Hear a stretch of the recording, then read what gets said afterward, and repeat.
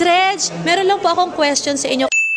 Kasi sa dinami-dami ng mga singers, kayo po ang naging influence namin sa ha? Sabi ko po, ang dami pong mga singers, kayo po yung naging influence. Lalo ako, Miss Reg, alam na alam nyo yan. So ano po yung sana? Asa mga...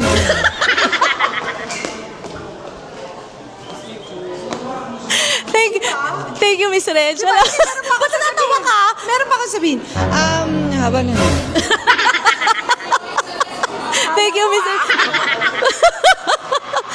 Ang galing, Miss Reg. Wala, hindi ko maisahan si Miss Reg. Sayang. Dapat kasi maingay. Tinan mo pag tahimik, nagagat sila, di ba? Ay, dapat maingay.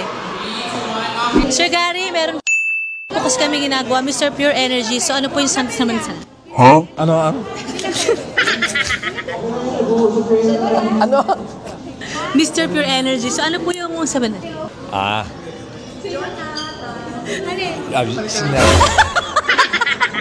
Kasi... Sir Gary, tatawa na ako eh. Pag hindi.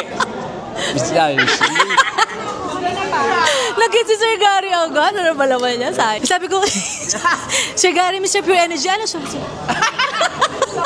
JK, meron akong question sa'yo. Ang daming hit songs, diba? Buwan, tapos yung Ere. So kung gagawa ka ng bagong song, ano yung pinaka-the best na mapagawa sa mga tao? Ano yung? Pinaka-the best song na magagawa mo para sa mga... Huh? Pinaka-best na alin? Best song Na magagawa mo para sa mga... best song? Title siguro? Na magagawa mo para sa mga...